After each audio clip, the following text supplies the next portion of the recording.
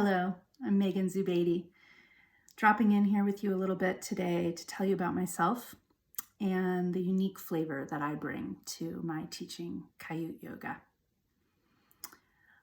I first just want to start with the acknowledgement that the Kaiut yoga method has profoundly changed my life. And I would say not just changed my life, but in many ways saved my life. I was born without hip sockets, with unformed hip sockets, and I had multiple reconstructive hip surgeries and body casts and trauma as a result of the not only physical but psychological impact of going through that as a young child up to the age of about 15. It also set me on a healing journey very, very young. I really sought to understand how I could participate in my own well-being and my own healing as a young person, because it was something that was so life-shaping for me.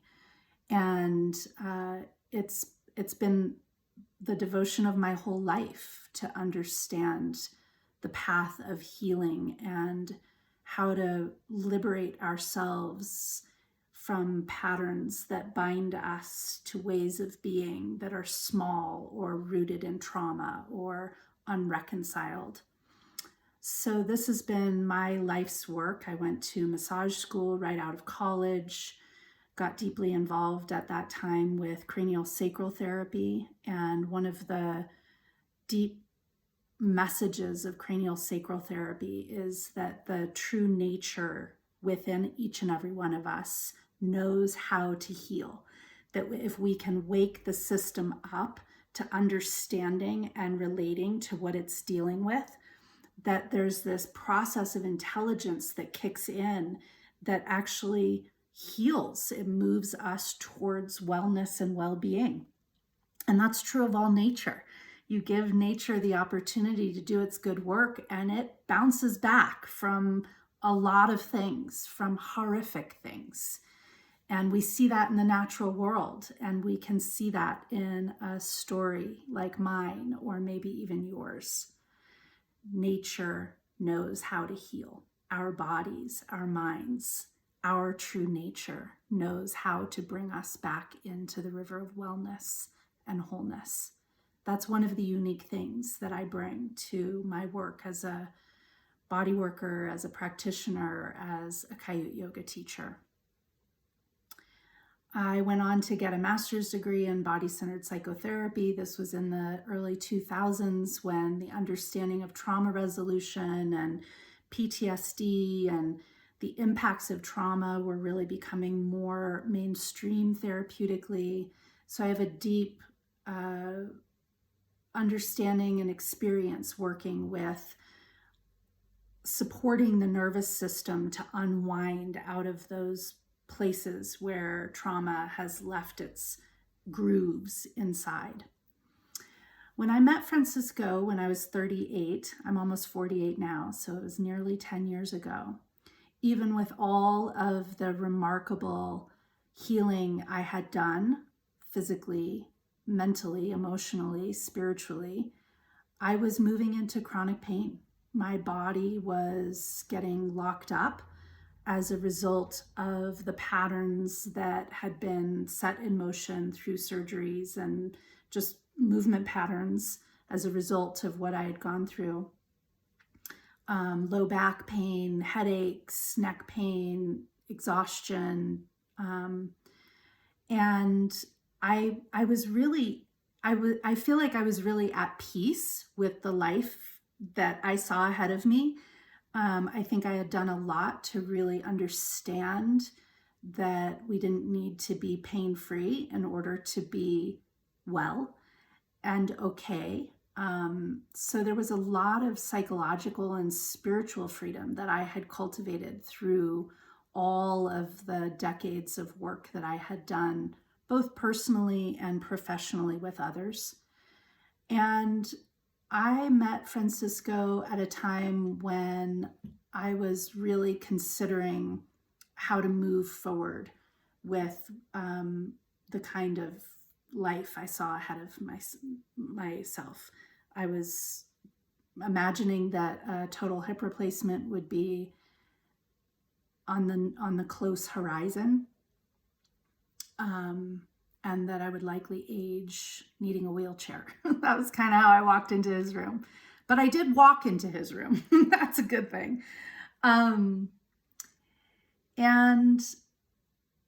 meeting Francisco for the first time was one of the most meaningful therapeutic moments in my life, because hearing a story like mine, if you're a yoga teacher or a, healing arts practitioner, it's kind of like, whoa, okay, all right, let's, and every yoga class I had ever walked into and shared with them that my story, their response was, okay, well, just take care of yourself.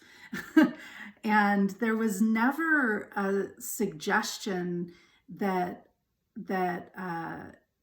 we could do anything about it that was gonna set anything good in motion. It was just kind of like, just don't hurt yourself.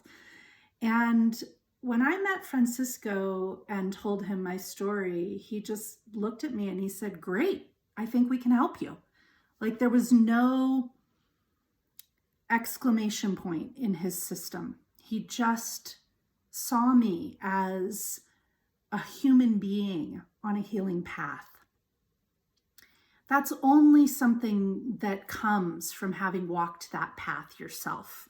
And I recognized him in that moment. And then I sat in Sukhasana, and all of it was there. All of the patterns that would inevitably lead towards a hip replacement, that it would inevitably lead towards wheelchairs and years of pain down the road. It was all right there. I couldn't even feel my hips. My knees were so locked up. My ankles were so locked up. My lower back was so locked up. My neck was so locked up. I couldn't even get to the place that I knew that the patterns were stemming from. A week in his classroom, and I knew that if I chose to take this practice up, it would change my life. And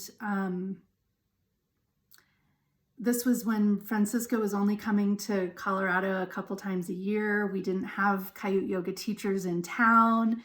I had just this taste of what freedom might feel like for me. And I took it up. I really understood that if I wanted what I said I wanted, which was freedom and mobility and the life that I could live with that freedom and mobility, that I would need to take up this practice to save my own life. And that's the gift that Francisco gave me. He gave me something to do with what I had lived. That was 10 years ago. I have less pain, more mobility, more agility, more flexibility, more strength, more endurance than I've ever had in my whole life. Just went for a great hike this morning. I feel fabulous.